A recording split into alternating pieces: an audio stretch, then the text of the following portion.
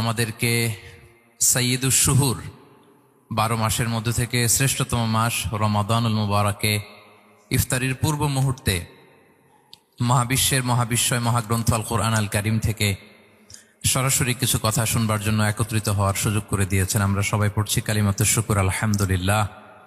শুরুতেই সূরাতুত তিনের কয়েকটা আয়াত তেলাওয়াত করেছি। এটা কালামুল্লাহ মাজিদের 95 নম্বর সূরা। এই সূরাটা মক্কাতুল মুকাররমাতে নাজিল হয়েছে। এই সূরার আয়াত সংখ্যা 8টা। এই সূরার শুরুতে আল্লাহ তাআলা 4টা কসম করেছেন, ওয়াত-তিনি ওয়াজ-যাইতুনি ওয়া তুরি সিনিনা ওয়া হাযাল বালাদিল আমিন। ওয়াত-তিন, তিনের কসম, ওয়াজ-যাইতুন, যাইতুনের কসম, ওয়া তুরি সিনিন, সিনাই পর্বতের কসম, ওয়া হাযাল বালাদিল আমিন, আর এই নিরাপদ শহরের কসম। তো 4টা শপথ করেছেন বা আল্লাহ তাআলা কসম করেছেন। কসম দিয়ে আল্লাহ তাআলা কোরআনের অনেক সূরা শুরু করেছেন। যেমন একটা সূরায় আল্লাহ ফজরের সময়ের কসম করেছেন, আল্লাহ বলেছেন ওয়াল ফাজর। আল্লাহ আকাশের কসম করেছেন ওয়াস সামা ইযাতিল বুরুজ। আল্লাহ তাআলা সূর্যের কসম করেছেন ওয়াশ শামসি ওয়া দুহাহা। এভাবে আল্লাহ তাআলা তার সৃষ্টির অনেক কিছুর কসম করে গুরুত্বপূর্ণ কোনো মেসেজ বা বার্তা আমাদের সামনে হাজির করেন। তো এই সূরাতে আল্লাহ তাআলা 4টা জিনিসের কসম করে একটা খুবই গুরুত্বপূর্ণ বার্তা মানব মণ্ডলীর জন্য এই সূরাতে তিনি হাজির করেছেন। এই সূরাটা আমাদের অনেকেরই মুখস্থ আলহামদুলিল্লাহ, এবং আল্লাহ রাসূল সাল্লাল্লাহু আলাইহি ওয়াসাল্লাম প্রায় বিভিন্ন নামাজে এই সূরাটা তেলাওয়াত করতেন। বারা ইবনে আযিব রাদিয়াল্লাহু তাআলা আনহু উনি বর্ণনা করেন যে আমি একবার এশার সালাতে আল্লাহ রাসূল সাল্লাল্লাহু আলাইহি ওয়াসাল্লামের কণ্ঠে নামাজে সূরা 3 তিনি তেলাওয়াত করেছেন, আমি নিজ কানে শুনেছি। এবং ওনার কণ্ঠ যে এত মধুর ছিল, আমার জীবনে এত সুমধুর কণ্ঠের তেলাওয়াত আমি শুনি নাই। আল্লাহর হাবিব সাল্লাল্লাহু আলাইহি ওয়াসাল্লামের কোরআন তেলাওয়াতের যে কণ্ঠ এত সুমিষ্ট ছিল, এত চমৎকার ছিল, শুধু তেলাওয়াত শুনেই অনেকে শাহাদা পড়ে মুসলমান হয়েছে। আবু জাহেল মক্কা নিষেধ করতো যে কেউ যাবা না মুহাম্মদের কাছে, সে পাগল, সে গণক, সে মিথ্যাবাদী, সে জাদুকর, সে স্বামী স্ত্রীর মধ্যে বিচ্ছিন্নতা নিয়ে আসে, সে বাবা ছেলেকে আলাদা করে দেয়, তার কাছেই যাবা না। আর সে যা বলে শুনবাই না, কানে আঙ্গুল দিয়ে রাখবা। তো মানুষকে যেটা নিষেধ করা হয় বেশি, মানুষের ওইটার ব্যাপারে আগ্রহ থাকে বেশি। সে যত নিষেধ করতো মানুষ আরো বেশি বেশি যে শুনতো। মানুষকে সে কি বারণ করবে, সে দিনের বেলা নিষেধ করতো, রাতে যে লুকিয়ে লুকিয়ে নিজেই তেলাওয়াত শুনতো। তাহলে চিন্তা করেন যে আল্লাহর হাবিব সাল্লাল্লাহু আলাইহি ওয়াসাল্লামের কোরআনিক রেসিটেশন কত চমৎকার মেলোডিয়াস ভয়েস হলে স্বয়ং আবু জাহাল রাত্রিবেলা লুকিয়ে লুকিয়ে কোরআন তেলাওয়াত শুনতে যেত আল্লাহর হাবিব সাল্লাল্লাহু আলাইহি ওয়াসাল্লামের কণ্ঠে। তো রাসূল সাল্লাল্লাহু আলাইহি ওয়াসাল্লাম সূরাতুত 3টা এশার সালাতে তিনি তেলাওয়াত করেছেন, এই মর্মে হাদিসে পাওয়া যায়। এবং এই সূরাটা একটা ফলের নামে সূরা। 3 একটা ফল, আরব বিশ্বে খুব বেশি হয় 3 ফল। আমরা বাংলাদেশে ডুমুর বলি, ইংরেজিতে ফিগ বলে, ফিগ ট্রি। তো ফলের নামে বেসিক্যালি আল্লাহ তাআলা এই সূরাটাকে, এই চ্যাপ্টারটাকে ডেডিকেট করেছেন। আমরা সূরাকে ইংরেজিতে চ্যাপ্টার বলি। কোরআনে 114টা চ্যাপ্টার, এর মধ্যে এই সূরাটা হচ্ছে ফলের নামে ডেডিকেটেড। বিভিন্ন নামে খুব ইনক্লুসিভ হয়েতে আল্লাহ তাআলা কোরআনে সূরাগুলো দিয়েছেন। কোরআনে আপনি প্রাণীর নামে সূরা পাবেন, প্রাণী। মানুষের নামে সূরা পাবেন। মানুষের মধ্যে 3 ভাগ, মুমিন, তারপর কাফির, এরপর মুনাফিক। প্রত্যেকের নামে সূরা। সূরাতুল মুমিনুন আছে, সূরাতুল কাফিরুন আছে, আবার সূরাতুল মুনাফিকুন আছে। আমাদের দৃশ্য জগতের সবচেয়ে বড় প্রাণীটা হচ্ছে হাতি, তাই না? এই হাতির নামে একটা সূরা আছে। বলেন তো ওই সূরার নাম কি? সূরা ফিল। তারপর আমরা যে দেখি আমাদের দৃশ্য জগতের সবচেয়ে ছোট প্রাণী হচ্ছে পিঁপড়া। পিঁপড়ার নামে একটা সূরা আছে, সূরা আন-নামল। আন-নামল মানে পিঁপড়ার সূরা। মাকড়সার নামে সূরা আছে, সূরাতুল আনকাবুত। তারপর গোষ্ঠীর নামে সূরা আছে, সূরাতু আলে ইমরান। বংশের নামে সূরা আছে, সূরাতু কুরাইশ, কুরাইশ বংশের নামে সূরা। এইভাবে খুব ইনক্লুসিভ হয়েছে। এমন কিছু নাই যে আল্লাহ তাআলা উল্লেখ করেন নাই। মা ফাররাতনা ফিল কিতাবি মিন শাই, উল্লেখ করে নাই কোরআনে এমন কিছু নাই, সবকিছু আল্লাহ তাআলা উল্লেখ করেছেন। তো এই সূরাটা হচ্ছে একটা ফলের নামে। ফলটার নাম হচ্ছে 3 ফল। আল্লাহ তাআলা বলছেন ওয়াত-তিন, তিনের শপথ। আমি একবার সরল বঙ্গানুবাদ করি, এরপর আমি তাফসিরে ঢুকি। 3-এর শপথ, ওয়াজ-যাইতুন, যাইতুনের শপথ, ওয়া তুরি সিনিন, সিনাই পর্বতের শপথ, ওয়া হাযাল বালাদিল আমিন, এই নিরাপদ শহরের শপথ। লাকাদ খালাকনাল ইনসানা ফি আহসানি তাকওয়িম, নিশ্চয় আমি মানুষকে খুব চমৎকার সুন্দর অবয়বে সৃষ্টি করেছি। সুম্মা রাদাদনাহু আসফালা সাফিলিন, এরপরে তাকে আবার নিচু থেকে নিচুর দিকে নামিয়ে দিয়েছি। ইল্লাল্লাযীনা আমানু ওয়া আমিলুস সলিহাত, তবে তারা ছাড়া যারা ঈমান এনেছে এবং সৎকর্ম করেছে। ফালাহুম আজরুন গায়রু মামনুন, তাদের জন্য আছে অফুরন্ত পুরস্কার। ফামা ইউকাযযিবুকা বা'দু বিদ্দিন, এগুলো জানার পরও কিসে তোমাকে দিন অস্বীকারের ব্যাপারে উদ্বুদ্ধ করলো? আলাইসাল্লাহু বিআহকামিল হাকিমিন, আল্লাহ তাআলা কি শ্রেষ্ঠ বিচারক নন? সাদাকাল্লাহুল আযীম। এই হচ্ছে এই সূরাটির সরল অনুবাদ। এবার আমরা তাফসিরে ঢুকি। প্রথমে আল্লাহ তাআলা বলেছেন ওয়াত্তিন, তিনের শপথ। তিন মানে তো আমরা জানলাম, তিন মানে ডুমুর। আল্লাহর হাবিব সাল্লাল্লাহু আলাইহি ওয়াসাল্লাম তিনি তিন ফল পছন্দ করতেন এবং এটা ডায়াবেটিক্সের জন্য ভালো, ডায়াবেটিক্স নিয়ন্ত্রণ করে। আমাদের বোনদের যাদের ইররেগুলার মেনস্ট্রুয়েশনাল পিরিয়ড হয় এটার জন্য এটা খুব ভালো এবং খুব স্ট্রেংথ স্টেমিনা আনে শরীরে। এটা জান্নাতের একটা গাছ। আদম আলাইহিস সালাম এবং হাওয়া আলাইহিস সালামকে যখন আল্লাহ বলেছিল ওয়ালা তাকরাবা হাযিহি শাজারাতা ফাতাকুনা মিনাজ জালিমিন, আদম এবং হাওয়া জান্নাতে সব জায়গায় যেতে মন চায় যাও, যা খেতে মন চায় খাও, এই নিষিদ্ধ গাছের কাছে যেও না, তাহলে তোমরা জালিম হয়ে যাবে। শয়তান এসে উল্টা বুঝালো, সে বলল তোমাদের খেতে নিষেধ করছে কেন জানো? আল্লাহ চায় না যে তোমরা জান্নাতে থাকো, আল্লাহ চায় এখান থেকে তোমাদের বের করে দিবে, কিন্তু তোমরা যদি এই গাছের ফল খাও আল্লাহ আর বের করতে পারবে না। দেখছেন শয়তানের অবস্থা? শয়তান কিন্তু নেগেটিভিটি নিয়ে সামনে আসে না, আসে খুব আপনার ওয়েল উইশার হিসেবে, উপদেশ নিয়ে খুব ভালো একটা পজিটিভ ওয়েতে আসে।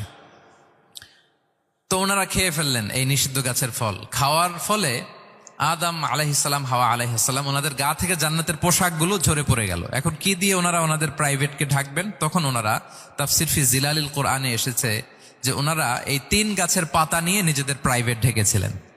সুবহানাল্লাহ। সেই তিন ফলের কসম আল্লাহ করলেন, ওয়াত্তিন, তিনের শপথ। এরপর আল্লাহ তাআলা বললেন ওয়া জাইতুন, জাইতুনের শপথ। জাইতুন মানে হচ্ছে জলপাই। তো আল্লাহ তাআলা বললেন ওয়া জাইতুন, জাইতুনের শপথ। জাইতুন মানে হচ্ছে জলপাই, ইংরেজিতে আমরা যেটাকে অলিভস বলি। তো আল্লাহ তিনের কসম করলেন এবং অলিভের কসম করলেন। দুইটাই খুব উপকারী ফল এবং আল্লাহর হাবিব সাল্লাল্লাহু আলাইহি ওয়াসাল্লাম তিনি জলপাইও খুব পছন্দ করতেন। ওনার রেগুলার ফুড আইটেমের মধ্যে জলপাই ছিল, অলিভস ছিল। এটা পাহাড়ি এরিয়া, মরুভূমিতে হয় এবং রাসূল সাল্লাল্লাহু আলাইহি ওয়াসাল্লাম বলেছেন কুলু যাইত ওয়াদ্দাহিনু ফাইন্নাহু মিন শাজারাতিন মুবারাকা, তোমরা অলিভ অয়েল এটা খেও এবং এটা গায়ে মালিশ করো, কেননা এটা বরকতময় একটা গাছের ফল, শাজারা মুবারাকা। এটা শরীরের ব্যাড কোলেস্টেরলকে কমিয়ে দেয়, দাড়িতে অ্যাপ্লাই করলে, চুলে অ্যাপ্লাই করলে সহজে পাকে না দাড়ি চুল, এবং স্কিনে অ্যাপ্লাই করলেও স্কিনের জন্য ভালো, স্কিনের জন্য বেশ ভালো। এটা যাদের সুযোগ হয় আপনারা দাড়িতে চুলে অ্যাপ্লাই করবেন, খাবেন। এটা খাওয়াও যায়। তাম্বুতু বিদ্দুহনি ওয়াসিবগিল লিল আখিলিন, কোরআনে এসেছে। এটা অয়েল হিসেবে ইউজ করে, আবার খাবার হিসেবেও ইউজ করা যায়। সালাদ ড্রেসিং এর ক্ষেত্রে কিন্তু অলিভ অয়েল আমরা ইউজ করি। ইদানিং পিজাতে খুব ইউজ করা হয় অলিভ, জলপাইটা। তো এটা আপনারা খেতে পারেন, এটা খুবই সুস্বাদু। এবং জলপাই গাছের মানে জাইতুন গাছের ডালের মেসোয়াক খুব ভালো হয়। আল্লাহর হাবিব সাল্লাল্লাহু আলাইহি ওয়াসাল্লাম জাইতুনের ডাল দিয়ে মেসোয়াক করতেন। তিনি বলতেন নি'মা সিওয়াকিয়া জাইতুন, সবচেয়ে শ্রেষ্ঠ মেসোয়াক হচ্ছে জাইতুনের, মিনাশ শাজারাতিল মুবারাকা, কারণ এটা বরকতময় গাছের ডালা। এবং ফাইন্নাহু সিওয়াকি ওয়া সিওয়াকুল আম্বিয়া মিন ক্বাবলি, এই জাইতুনের ডাল দিয়ে আমিও যেমনি মেসোয়াক করি, আমার আগে যত নবী পৃথিবীতে এসেছে সবাই জাইতুনের ডাল দিয়ে মেসোয়াক করত।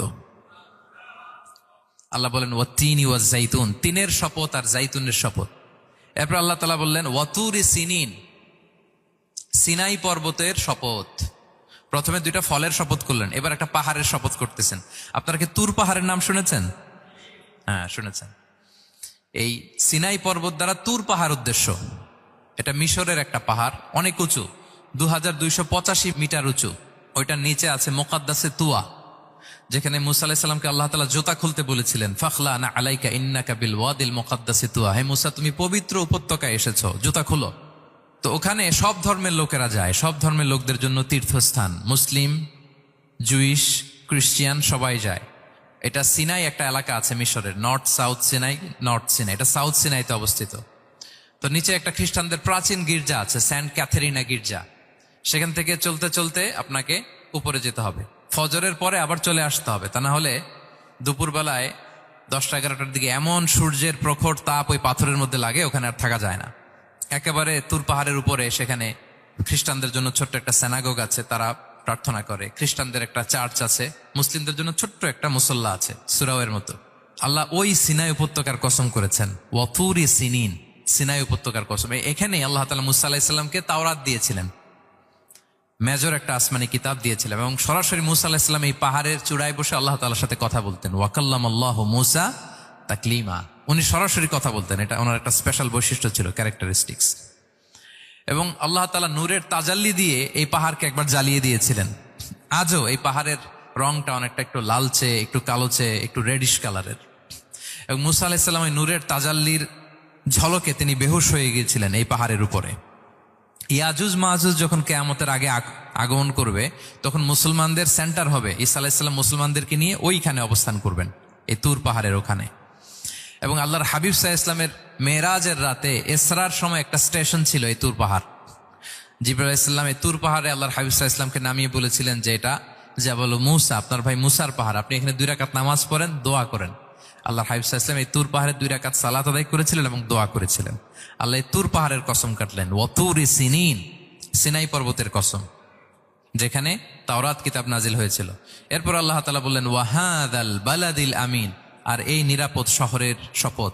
এই শহর দ্বারা মক্কা শহর উদ্দেশ্য, কারণ রাসূল সাল্লাল্লাহু আলাইহি ওয়াসাল্লাম তখন মক্কায় ছিলেন, মক্কা নগরী। এই শহরের পূর্ব নাম ছিল বাক্কা। মক্কা নগরীকে বলা হয় উম্মুল কুরা, সব শহরের মা, সব শহরের সেন্টার, পৃথিবীর নাভিস্থল। এবং আল্লাহ তাআলা বলেছেন মান দাখালাহু কানা আমিনা, এখানে যে প্রবেশ করবে সে নিরাপদ। হেরেমের মধ্যে কিন্তু কাউকে আক্রমণ করা যায় না, কোনো খুনিও যদি ঢুকে যায় অ্যাটাক করা যাবে না। তো জাহেলি যুগে এমনটা ঘটতো, কারোর সাথে কারো শত্রুতা হলে, ধরেন যে একজন তার বাবাকে হত্যা করেছে, তো সে তাকে পেয়েছে, ওই লোক বাঁচার জন্য দৌড়াতে দৌড়াতে হেরেমের ভিতরে ঢুকে যেত, কারণ সে জানে যে হেরেমে ঢুকলে সে আমাকে মারবে না।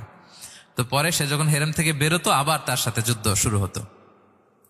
এবং এই শহরের এত মর্যাদার কারণ হচ্ছে সাইয়েদনা ইব্রাহিম আলাইহিস সালাম তিনি আল্লাহর কাছে দোয়া করেছিলেন যে রব্বি জাআল হাযা বালাদান আমিনা, হে আল্লাহ আপনি এই শহরকে নিরাপদ করেন, ওয়ারযুক আহলাহু মিনাস সামারাত, আর এই শহরের অধিবাসীদেরকে আপনি ফলমূল দিয়ে রিজিকের ব্যবস্থা করেন। এখনো দেখবেন যে সারা পৃথিবীতে যেই ফল নাই মক্কাতে ওই ফল আছে, সারা পৃথিবী থেকে ফল ওখানে যায়। এবং মক্কার নেইবরিং সিটি তায়েফ, সেখানে অনেক ফল উৎপাদিত হয়, এখানে আসে। নিরাপদ শহর বালাদান আমিনা। এবং আল্লাহর হাবিব সাল্লাল্লাহু আলাইহি ওয়াসাল্লাম বলেছেন যে এই মক্কা শহর আমার সবচাইতে প্রিয় শহর। বাধ্য হয়ে তিনি যখন হিজরত করলেন মদিনায়, সেদিন বারবার তিনি মক্কার দিকে পেছনে ফিরে ফিরে তাকান, আর কেঁদে কেঁদে তিনি বলতেছিলেন যে মাক্কাতু আহাব্বুল বিলাদ ইলাইয়া, মক্কা আমার কাছে সবচেয়ে প্রিয় নগরী। লাউলা উখরিজতু লামা খারাজতু, আমাকে যদি জোর করে বের করে দেয়া না হতো আমি কোনোদিন মক্কা ছেড়ে অন্য কোথাও যেতাম না। আল্লাহর হাবিব সাল্লাল্লাহু আলাইহি ওয়াসাল্লামের সবচেয়ে প্রিয় শহর ছিল মক্কা, এবং এটা আল্লাহর হাবিব সাল্লাল্লাহু আলাইহি ওয়াসাল্লামের জন্মস্থান, মাকান মাউলিদির রাসূল, রাসূল সাল্লাল্লাহু আলাইহি ওয়াসাল্লামের বিলাদাত হয়েছে এই শহরে। এবং এই শহরকে আল্লাহ বলেছেন মাসাবাতান লিন্নাসি ওয়া আমনা, মানুষের মিলনস্থল, কেন্দ্রস্থল, সারা পৃথিবী থেকে মানুষ ওখানে যায়। আপনি যে রমাদানে যদি মক্কায় যান, আল্লাহু আকবার, লক্ষ লক্ষ উমরা পালনকারী সেখানে, ইউরোপ থেকে, আফ্রিকা থেকে, অস্ট্রেলিয়া থেকে, এশিয়া থেকে, সারা পৃথিবীর মানুষের মিলনস্থল। ওখানে গেলে আপনি দেখবেন মাসাবাতান লিন্নাসি ওয়া আমনা, নিরাপদ জায়গা এবং মানুষের মিলনস্থল। এটা এখানে এমন মসজিদ আল্লাহ রেখেছেন কাবা ঘরের চারদিকে, এটাকে বলা হয় মসজিদুল হারাম, যে মসজিদে 1 রাকাত সালাত পড়লে 1 লক্ষ রাকাতের সওয়াব হয়। আল্লাহর ঘরকে কেন্দ্র করে তাওয়াফের নির্দেশ দেওয়া হয়েছে, ওয়ালিয়াত তাওয়াফু বিল বাইতিল আতিক, পৃথিবীর কোনো ঘরকে তাওয়াফ করা যায় না, কোনো ঘরকে, এই একটা মাত্র ঘর যেটাকে এর চারদিকে এরকম তাওয়াফ করা যায়। তাহলে এই পবিত্র ঘর, পবিত্র মসজিদ যেই শহরে অবস্থিত, সেই শহরের কসম আল্লাহ করেছেন। আল্লাহ বললেন ওয়াহাদাল বালাদিল আমিন, এই নিরাপদ শহরের কসম, মানে মক্কা শহরের কসম। আমরা আপাত দৃষ্টিতে আমাদের কাছে মনে হচ্ছে 2টা ফলের কসম, একটা পাহাড়ের কসম, একটা নগরীর কসম। আসলে বেসিকলি আল্লাহ তাআলা এই 4টা শপথ দিয়ে 3 নবীর জন্মস্থান, 3 নবীর নবুয়তের কসম করেছেন। কিভাবে সেটা আমি মিলিয়ে দেই। এই যে প্রথমে যে আল্লাহ বলেছেন ওয়াত্তিনি ওয়া জাইতুন, 3 এবং জাইতুনের কসম। পৃথিবীতে সবচেয়ে বেশি 3 এবং জাইতুন কোথায় উৎপন্ন হয় জানেন? ফিলিস্তিনে। কোথায়? শাম দেশে, যেটা হাদিসের পরিভাষায় বলা হয় শাম, বর্তমান ফিলিস্তিন এবং সিরিয়া মিলে। 3 জাইতুন দিয়ে বেসিকলি আল্লাহ তাআলা ফিলিস্তিনের শপথ করেছেন, শাম দেশের শপথ, যেখানকার বেথলহামে ঈসা আলাইহিস সালাম, জেসাস ক্রাইস্ট, তিনি জন্মগ্রহণ করেছেন, ঈসা আলাইহিস সালামের জন্মস্থান। তাহলে 3 জাইতুনের শপথের মাধ্যমে মূলত আল্লাহ তাআলা ঈসা আলাইহিস সালামের জন্মস্থানের শপথ করেছেন, কারণ সেখান থেকে ওহী বিচ্ছুরিত হয়েছে, ওনার কাছে ইনজিল নাজিল হয়েছিল। এবং এই শামের মর্যাদার ব্যাপারে অনেক কথা আল্লাহর হাবিব সাল্লাল্লাহু আলাইহি ওয়াসাল্লাম তিনি বলেছেন। আল্লাহ রাসূল সাল্লাল্লাহু আলাইহি ওয়াসাল্লাম যখন মেরাজে যান, তখন মক্কা থেকে এই শাম দেশে ফিলিস্তিনের বাইতুল মাকদাসে রাসূল সাল্লাল্লাহু আলাইহি ওয়াসাল্লামকে নিয়ে যাওয়া হয়েছিল। এবং রাসূল সাল্লাল্লাহু আলাইহি ওয়াসাল্লাম প্রায় বলতেন তুবা আলি শাম, শামের জন্য বরকত, কেননা ফেরেশতারা তাদের রহমতের পাখা শাম দেশের উপর বিছিয়ে রেখেছে। এবং তিনি বলতেন ফিতনার সময় আলাইকুম বিশাম, তোমরা শামে যেও, শামে থেকো। এবং তিনি দোয়া করেছেন, আল্লাহুম্মা বারিক লানা ফি শামিনা, আল্লাহ তুমি আমার শাম অঞ্চলে আল্লাহ তুমি বরকত দিও। এবং হাদিসে এসেছে এই শামই হচ্ছে আরদুল মাহশার, এখানেই হাসর হবে। শাম অঞ্চলকে বিস্তীর্ণ করে এখানেই ময়দানুল মাহশার আল্লাহ তাআলা কায়েম করবেন, হাসরের ময়দান এখানেই হবে। এবং সেখানেই হচ্ছে সানিউল কিবলাতাইন, আমাদের আগের কেবলা কিন্তু বাইতুল মাকদাসের দিকে ছিল, যেটা শামে অবস্থিত, ফিলিস্তিনে বাইতুল মুকাদ্দাস, যেই মসজিদে নামাজ পড়লে 1 রাকাতে 500 রাকাতের সওয়াব। 3টা মসজিদে সালাত পড়লে স্পেশাল ভার্চুর কথা আছে, এর বাইরে আর অন্য মসজিদের বিশেষ কোনো ফজিলত নাই, বাকি সব মসজিদ সমান। এক হচ্ছে মসজিদুল হারাম, 1 রাকাতে 1 লক্ষ রাকাত। 2 নম্বর মসজিদে নববী, 1 রাকাতে 1000 রাকাতের সওয়াব, আর একটা দুর্বল বর্ণনায় 50,000 রাকাতের সওয়াব। 3 নম্বরে এই মসজিদুল আকসা, 1 রাকাতে 500 রাকাতের সওয়াব। এই 3 মসজিদে যেন আমরা যে সালাত আদায় করতে পারি, আল্লাহ তুমি তৌফিক দান করো। 2 মসজিদে তো একেবারেই সহজ যাওয়া, মক্কা মদিনাতে। বাইতুল মাকদাসেও যেন আমরা যেতে পারি, আল্লাহ তুমি সেই পরিস্থিতি আমাদের জন্য তৈরি করে দাও। তো এই বাইতুল মাকদাসের দিকে রাসূল সাল্লাল্লাহু আলাইহি ওয়াসাল্লাম টানা 14 বছর নামাজ পড়েছেন। 14 বছর। প্রথম 13 বছর কোনো সমস্যা হয়নি মক্কায়, কারণ তখন কেবলা বাইতুল মুকাদ্দাস থাকলেও রাসূল সাল্লাল্লাহু আলাইহি ওয়াসাল্লাম সামনে রাখতেন কাবাকে, কেবলা বাইতুল মুকাদ্দাস, কিন্তু তিনি তো মক্কায় ছিলেন নবুয়তের প্রথম 13 বছর, সামনে কাবাকে রাখতেন, তারপরে টু দ্য ডাইরেকশন অফ বাইতুল মাকদাস। কিন্তু যখন মদিনায় গেলেন তখন তো আর কাবা নাই, তখন রাসূল সাল্লাল্লাহু আলাইহি ওয়াসাল্লাম কাবাকে মিস করতে আরম্ভ করলেন। আর প্রায় আল্লাহর কাছে কামনা করতেন, আমার বংশের গোড়া ইব্রাহিম আলাইহিস সালামের রুট যেখানে, আমার জন্মস্থান, সেই কাবার দিকে যদি আবার কেবলাটা ফিরিয়ে দেয়া হতো। কদ নারা তাকাল্লুবা ওয়াজহিকা ফিস সামা ফালানুওয়াল্লিয়ান্নাকা কিবলাতান তারদাহা। আল্লাহ আয়াত নাযিল করলেন, নবী আপনি আকাশের দিকে তাকিয়ে কি ভাবেন আমি বুঝি, আপনি চান কেবলা যেন আমি মক্কার দিকে ঘুরিয়ে দেই। আল্লাহ তাআলা ঘুরিয়ে দিলেন। আল্লাহ বলেন, ফাওয়াল্লি ওয়াজহাকা শাতরাল মসজিদিল হারাম, এখন থেকে মসজিদুল হারামের দিকে আপনি টু দ্য ডাইরেকশন অফ কেবলা নামাজ পড়বেন। কেবলা চেঞ্জ হয়ে গেল। তো মদিনায় যে 16-17 মাস, আর মক্কায় 13 বছর, মোট 14 বছর আল্লাহর হাবিব সাল্লাল্লাহু আলাইহি ওয়াসাল্লাম এই মসজিদুল আকসার দিকেই হয়েই তিনি নামাজ পড়েছেন। এটা আমাদের আগের কেবলা ছিল। এবং শেষে কিয়ামতের আগে যে মালহামার যুদ্ধ হবে, তখন রাসূল সাল্লাল্লাহু আলাইহি ওয়াসাল্লাম বলেছেন, মালহামার যুদ্ধের সময় মুসলমানদের ফুস্তাদ বা তাবু হবে, শিবির হবে এই ফিলিস্তিনের দামেস্কের পাশে আল গৌতা নামে এক জায়গা আছে, ওই গৌতাতে। এবং ঈসা আলাইহিস সালাম এসে যে দাজ্জালকে হত্যা করবেন, সেটা ওই শামে, ফিলিস্তিনের বাবুল লুদ এখনো একটা জায়গা আছে, ওই জায়গাটার নাম এখনো বাবুল লুদ, ওখানে তিনি দাজ্জালকে হত্যা করবেন। এবং সেখানে একটা সাদা মিনারা আছে, ফেরেশতার পাখায় ভর করে ঈসা আলাইহিস সালাম তখন সেখানে নেমে আসবেন। ওই ফিলিস্তিনের ওই শাম দেশের ওই মিনারার পাশে তিনি এসে পৃথিবীতে তিনি নুজুল করবেন, নুজুল ঈসা আলাইহিস সালাম। তো 3 এবং জাইতুনের কসম করে বেসিকলি আল্লাহ তাআলা ঈসা আলাইহিস সালামের জন্মস্থানের কসম করেছেন। কারণ 3 এবং জাইতুন, ডুমুর এবং জলপাই, অলিভ কোন দেশে বেশি হয়? শাম দেশে। আওয়াজ করে বলেন কোন দেশে? বর্তমান ফিলিস্তিন এবং সিরিয়া। এবং ওই ভূখণ্ডে আল্লাহ নবী ঈসা আলাইহিস সালামের জন্মস্থান। তাহলে এই 2 ফলের কসম করে বেসিকলি আল্লাহ তাআলা ঈসা আলাইহিস সালামের জন্মস্থানের কসম করেছেন। ওনার প্রতি নাজিল হওয়া যে তাওরাত ইনজিল গ্রন্থ, এই রেভিলেশনের কসম করেছেন। আচ্ছা, এরপরে ওয়াতুরি সিনিন, সিনাই পর্বতের কসম। সিনাই পর্বত বা তুর পাহাড় হচ্ছে মিশরে অবস্থিত, আর মিশর হচ্ছে মুসা আলাইহিস সালামের জন্মস্থান। কার জন্মস্থান?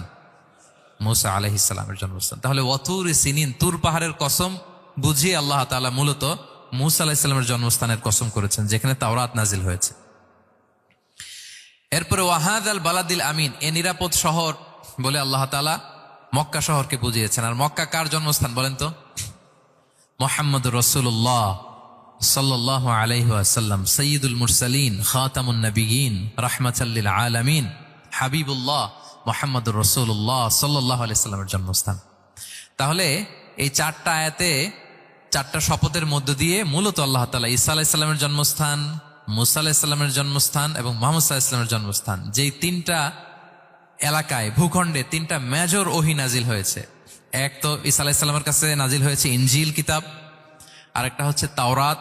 তাওরাত এমন কিতাব যে কিতাব দিয়ে হাজার হাজার নবীরা ফয়সালা করেছেন। বনি ইসরাইলের অনেক নবীর উপর কোনো কিতাব নাজিল হয়নি, তার মানে তারা রসুল ছিলেন না, তারা নবী, তারা সবকিছু তাওরাত দিয়েই ফয়সালা করতেন। আর রাসূল সাল্লাল্লাহু আলাইহি ওয়াসাল্লামের উপর কোরআন নাজিল হয়েছে।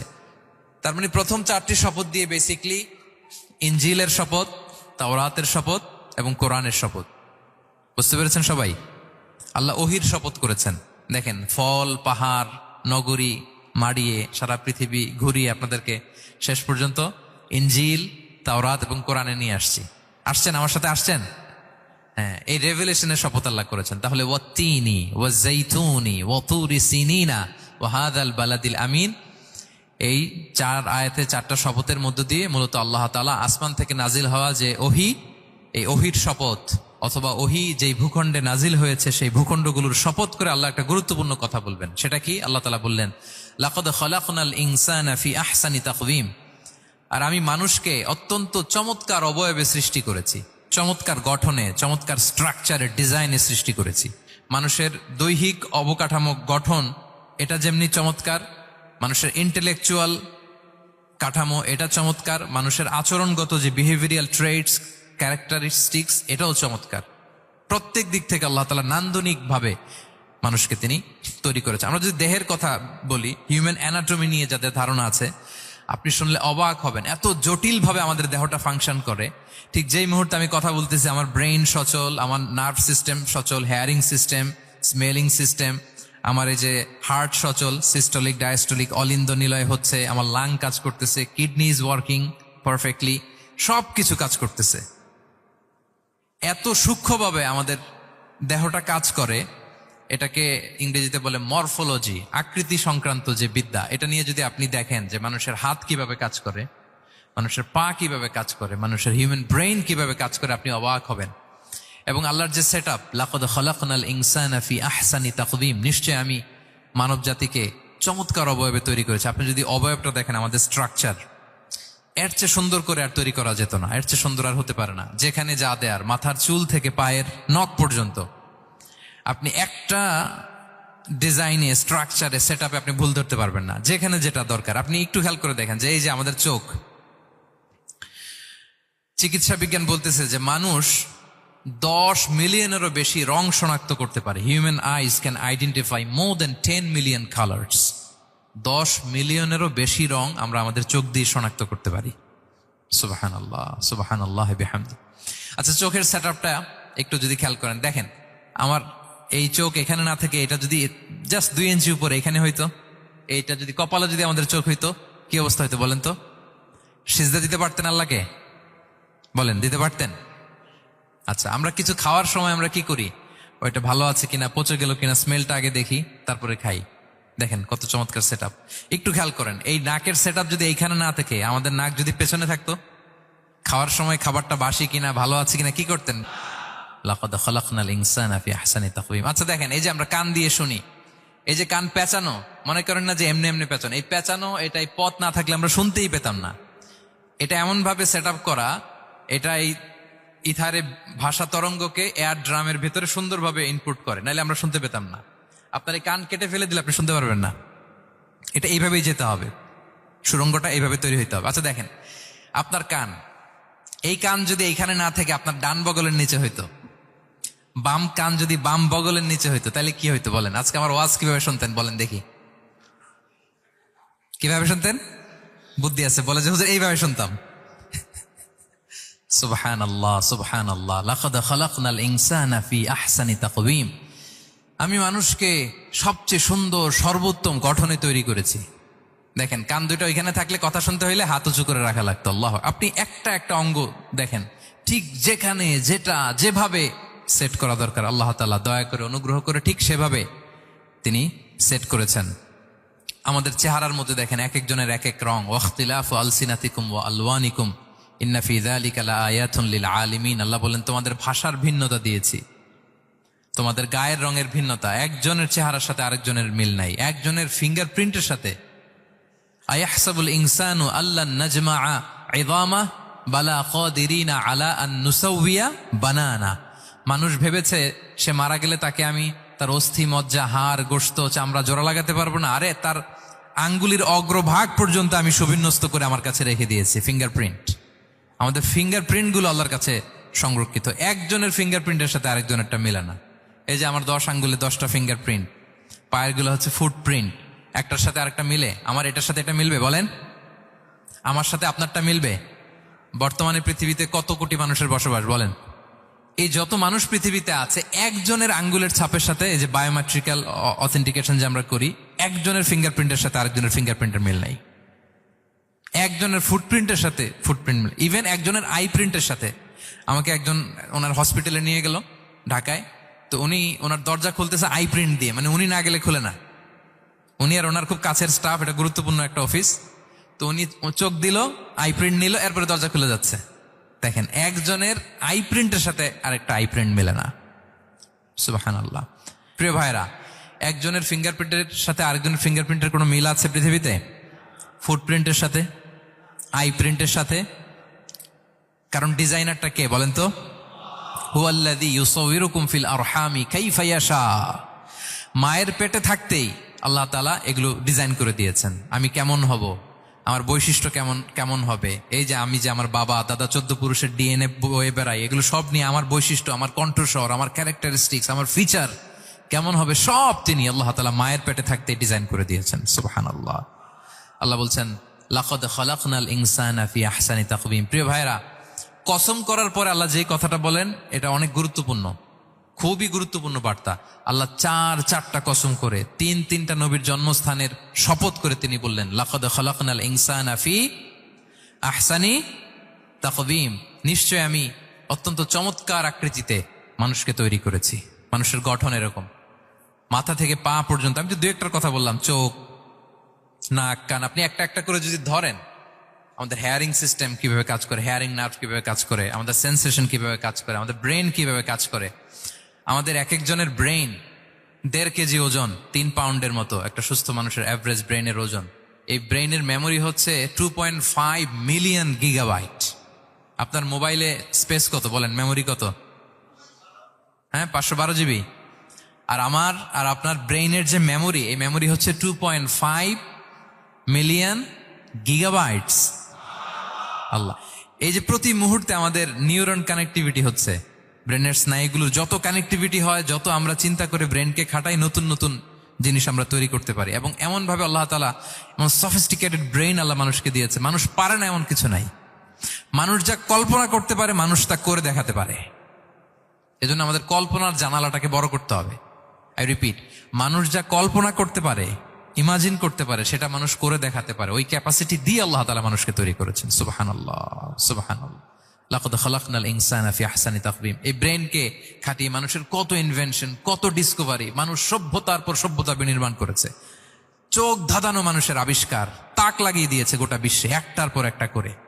আল্লাহ এমন ভাবে মানুষকে তিনি তৈরি করেছেন। লাকাদ খালাকনাল ইনসানা ফি আহসানি তাকওয়িম। চমৎকার অবয়বে, তার দৈহিক অবয়ব যেমনি সুন্দর, তার বুদ্ধিগত, তার চিন্তাগত, তার ইন্টেলেক্ট, এটাও তেমন সুন্দর, এটাও তেমন চমৎকার। পৃথিবীর কোন প্রাণীকে আল্লাহ তাআলা এরকম হিউম্যান ব্রেনের মতো এরকম সফিস্টিকেটেড ব্রেন দিয়ে, ইন্টেলেক্ট দিয়ে তৈরি করেনি। এজন্য সব প্রাণী থেকে মানুষ আলাদা। সব প্রাণী থেকে মানুষের চিন্তা, বিবেক, বুদ্ধি এগুলো আলাদা। তাহলে দেখেন, মানুষের শ্রেষ্ঠত্ব মূলত এগুলোর দ্বারা। মানুষ যদি তার চিন্তা, বিবেক, বুদ্ধি খাটায়, সে শ্রেষ্ঠ হয়ে যায়। আমি একটা কথা প্রায় বলি যে মানুষ যদি ভালো হয় সে ফেরেশতার চেয়েও ভালো, আর মানুষ যদি খারাপ হয় সে পশুর চেয়েও নিকৃষ্ট। আল্লাহ বলেন উলাইকা কাল আনআমি বাল হুম আদাল লাহুম কুলুবুল লা ইয়াফকাহুনা বিহা ওয়া লাহুম আ'য়ুনুল লা ইউবসিরুনা বিহা ওয়া লাহুম আযানুল লা ইয়াসমাউনা বিহা উলাইকা কাল আনআমি বাল হুম আদাল। তাদের হৃদয় আছে, ওটা দিয়ে অনুধাবন করে না সত্যকে। চোখ আছে, ওটা দিয়ে সে সত্যটা দেখে না। কান আছে, হকের কথা শোনে না। উলাইকা কাল আনআম, আল্লাহ বলেন তারা প্রাণীর মতো, চতুষ্পদ জন্তুর ন্যায়। শুধু অতটুকুই না, বাল হুম আদাল, তারা তার চেয়েও নিকৃষ্ট, তার চেয়েও নিকৃষ্ট। তাহলে মানুষ ভালো হলে সে ফেরেশতাকে ছাড়িয়ে যায়, আর মানুষ নিকৃষ্ট হলে সে পশুত্বকে হার মানায়। কথা বুঝতে পেরেছেন? মানে আমরা ভালো হলে সবচেয়ে ভালো, খারাপ হলে সবচেয়ে খারাপ। একটা পশু আর একটা পশুকে হত্যা করে কেটে 20 টুকরা করছে, এরকম কোন নিউজে আসছে কোনোদিন? কিন্তু আশরাফুল মাখলুকাত মানুষ তার মতো রক্তে মাংসে গড়া আরেকটা মানুষকে নির্মম ভাবে হত্যা করে কেটে 20 টুকরা করে বস্তাবন্দি করে ডোবার মধ্যে ফেলে রাখছে, এরকম নিউজ আছে না বলেন? আছে। মানুষ তার মতো একটা মানুষকে নির্মম ভাবে হত্যা করে। এরকমও তো আছে যে কেরোসিন দিয়ে তার মতো আরেকটা মানুষকে সে জ্বালিয়ে দিয়েছে, আছে না নাই বলেন? গ্রামের পর গ্রাম জ্বালিয়ে দেয়, জনপদের পর জনপদ ধ্বংস করে দেয়, বোমা মেরে শহর উড়িয়ে দেয়। লিটল বয় মেরেছিল আমেরিকান সোলজাররা জাপানের হিরোশিমা শহরের উপর। আমি হিরোশিমা তো গত বছর ভিজিট করে আসলাম, আমি নিজে দেখে এসেছি যে এখানে বোমটা মেরেছে। মুহূর্তের মধ্যে পুরো শহর ভ্যানিশ, এমন রেডিয়েশন। তো যেই আমেরিকান পাইলট বোমা মারতেছে সেও মানুষ, সেও কি? আর যাদেরকে ধ্বংসের জন্য এই লিটল বয় মারলো হিরোশিমাতে আর ফ্যাটম্যান মারলো নাগাসাকিতে, এরাও কি? তাহলে দেখেন, মানুষ তার মতো আরেকটা মানুষকে এরকম মেরে টুকরো টুকরো কুচি কুচি করতে সে দ্বিধাবোধ করে না। আল্লাহ, মানুষ গণহত্যা চালায়, জেনোসাইড। এই যে আমাদের বাংলাদেশে তো কিছুদিন আগে হলো গণহত্যা, হেলিকপ্টার থেকে গুলি করে বাচ্চা মেরে ফেলতেছে। কার বাচ্চা? কার কলিজার টুকরা সন্তান? Don't care. জনগণের টাকায়, ট্যাক্সের টাকায় কেনা বুলেট, হেলিকপ্টার দিয়ে জনগণকে, ছাত্রদেরকে হত্যা করা হয়েছে। দেখেন, সেও মানুষ। যারা হত্যা করতেছে, গণহত্যা, জেনোসাইড চালিয়েছে, তারাও মানুষ। তাহলে মানুষ যদি খারাপ হয়, মানুষের চেয়ে খারাপ আর কেউ হয়? আর মানুষ ভালো হলে মানুষের চেয়ে ভালো কেউ হতে পারে? মানুষ এমন জায়গায় যেতে পারে যেখানে ফেরেশতারাও যেতে পারে না। জিবরাইল ইসলামের যাওয়ার সীমানা যেখানে শেষ, মুহাম্মদ সাল্লাল্লাহু আলাইহি ওয়াসাল্লামের ঊর্ধ্ব জগতের কাহিনী সেখান থেকে শুরু। আল্লাহু আকবার। তাহলে মানুষ ভালো হলে ফেরেশতাকে ছাড়ায়, মানুষ খারাপ হলে পশুত্বকে হার মানায়। So the decision is yours. রাস্তা দুইটা, আপনি কোন দিকে যাবেন? আপনি কি ডান দিকে জান্নাতের পথে যাবেন নাকি বাঁ দিকে জাহান্নামের পথে যাবেন? সিদ্ধান্ত আপনার। আল্লাহ তাআলা বললেন, লাকাদ খালাকনাল ইনসানা ফি আহসানি তাকওয়িম। আমি মানুষকে চমৎকার আকৃতিতে তৈরি করেছি। হাতের মেকানিজম কি, পায়ের মেকানিজম কি, আমার চেয়ে আপনারাও ভালো জানেন। এগুলো ঘন্টার পর ঘন্টা আপনি বলতে পারবেন যে কেমন ভাবে আল্লাহ তাআলা তৈরি করেছেন। আল্লাহ বলেন, মানুষকে আমি অত্যন্ত চমৎকার আকৃতি দিয়ে তৈরি করেছি। তার সৃষ্টিগত কাঠামো, তার বুদ্ধিবৃত্তিক কাঠামো, তার চিন্তাগত কাঠামো, তার আচরণগত কাঠামো, তার নৈতিকতায় তাকে এমন উচ্চ মর্যাদার আসন আমি দিয়েছি, এটা যদি সে অ্যাচিভ করে, বিলং করে, তাহলে তার চেয়ে শ্রেষ্ঠ কেউ আর হতে পারে। কিন্তু আল্লাহর দেয়া এই ক্যাপাসিটিগুলো, এই নেয়ামাগুলো যদি সে অ্যাকসেপ্ট না করে, সে যদি পশুত্বের পথে হাঁটে, সে যদি শয়তানের দেখানো পথে হাঁটে, তাহলে সে এত নিচে যাবে, অন্য কেউ আর এত নিচে যেতে পারে না। মানুষ যত নিচে যেতে পারে, ফেরেশতারাও অত নিচে যেতে পারবে না, জিন জাতিও পারবে না, কোনো প্রাণীর পক্ষে যাওয়া সম্ভব না। তাহলে মানুষকে আল্লাহ তাআলা এমন সফিস্টিকেটেড ওয়েতে তৈরি করেছেন, চাইলে সে সবার উপরে যেতে পারে। আবার চাইলে আল্লাহর দেয়া নেয়ামতগুলোকে যদি সে ভিন্ন খাতে প্রবাহিত করে, সে সবচেয়ে নিকৃষ্ট হতে পারে। সেটাই আল্লাহ বললেন, সুম্মা রাদাদনাহু আসফালা সাফিলিন। এরপরে তাকে আমি হীন থেকে হীনতর করেছি, নিচ থেকে আরো নিচে নিয়েছি। সে যখন ঈমান আনে না, সে যখন সৎকর্ম করে না, সে যখন আল্লাহর শেখানো, আল্লাহর দেখানো রাস্তায় সে চলে না, সে যখন তার নফসের কথা শোনে, সে যখন তার প্রবৃত্তির গোলাম সাজে, সে সবচেয়ে নিকৃষ্ট হয়। আসফালা সাফিলিন মানে একেবারে নিচে, এর নিচে আর নাই। আল্লাহ বলেছেন, ইন্নাল মুনাফিকিনা ফিদ দারকিল আসফালি মিনান নার। সেখানে আল্লাহ আসফাল বলেছেন। মুনাফিকরা জাহান্নামের একেবারে তলদেশে থাকবে। তাই মানুষ যদি ঈমান আর সৎকর্মের বলে বলিয়ান না হয়, সে এত খারাপ হয়, কেউ এত নিচে যেতে পারে না। বলেন, মানুষ যত নিচে যেতে পারে, জিন তত নিচে যেতে পারবে? ফেরেশতারা পারবে না। আর মানুষ যত উপরে যেতে পারে, ফেরেশতারা এত উপরে যেতে পারবে না। সো দুইটারই সুযোগ আপনার আছে। সুম্মা রাদাদনাহু আসফালা সাফিলিনের দুইটা ব্যাখ্যা। কোন মুফাসসির বলেছেন, যৌবনের পর, যৌবনে থাকে শক্তিশালী, বার্ধক্যের সময় যখন সে নুয়ে যায়, ছোট হয়, সে একেবারে দুর্বল হয়ে যায়, সেটা বোঝানো হয়েছে।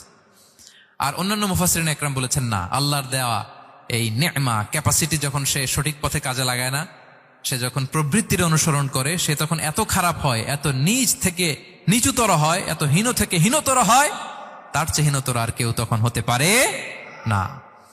সেখান থেকে বাঁচার দুটি রাস্তা আল্লাহ বলেছে। আল্লাহ বলছেন, ইল্লাল্লাযীনা আমানু ওয়া আমিলুস সালিহাত। তবে যারা ঈমান আনে এবং সৎকর্ম করে তারা ছাড়া।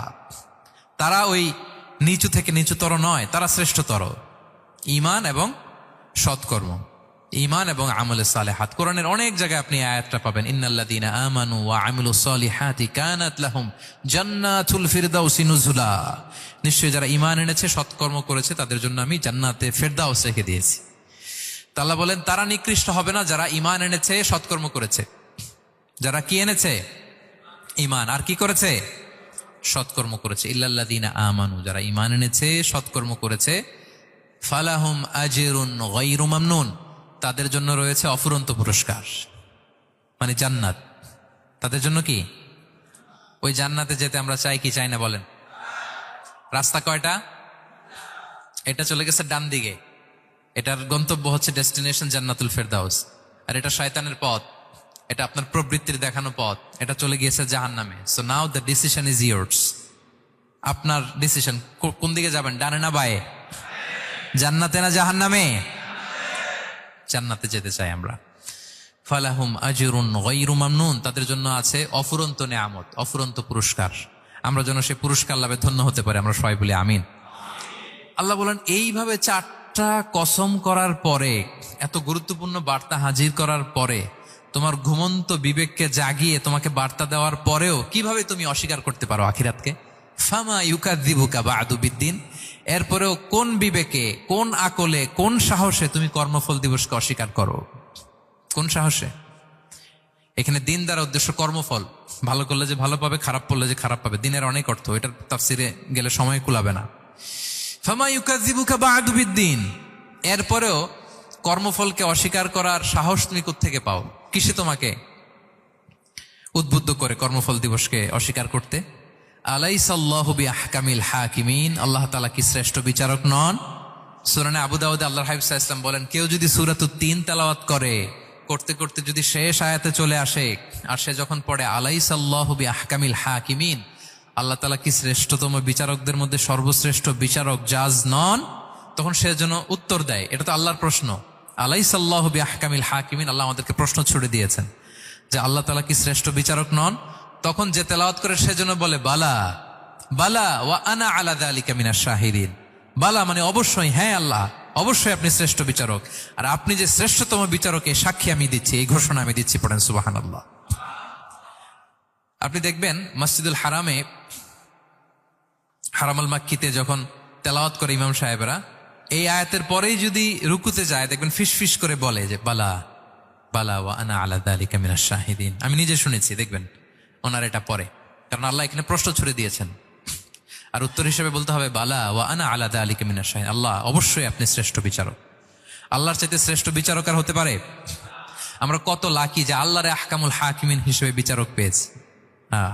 আমাদের বিচার যদি অন্য কেউ করতো, নিজেরা যদি নিজেদের, আল্লাহ যদি বলতো তোরটা বিচার তুই কর আর তোরটা তুই কর, কি অবস্থা হইতো বলেন? যার সাথে যার শত্রুতা আছে ওইখানে দেখাই দিত। কিন্তু আমরা বিচারক হিসেবে পেয়েছি কাকে? আল্লাহ কি পার্সিয়ালিটি করবে বিচারে? স্বজনপ্রীতি করবে? কারো উপর জুলুম করবে? কাউকে ঠকাবে? আল্লাহ বলেন ওয়ামা আনা বিযাল্লামিল লিল আবিদ, আমি কখনো আমার বান্দার উপর জুলুম করি না, জুলুম করি না। নাদাউল মাওয়াজিনাল কিসতা লিয়াউমিল কিয়ামা, কিয়ামতের দিন আমি মিজান নামে এমন এক ন্যায় বিচারের মানদণ্ড স্থাপন করব, ফালা তুযলামু নাফসুন শাইআ, এক বিন্দু পরিমাণ কেউ মাজলুম হবে না,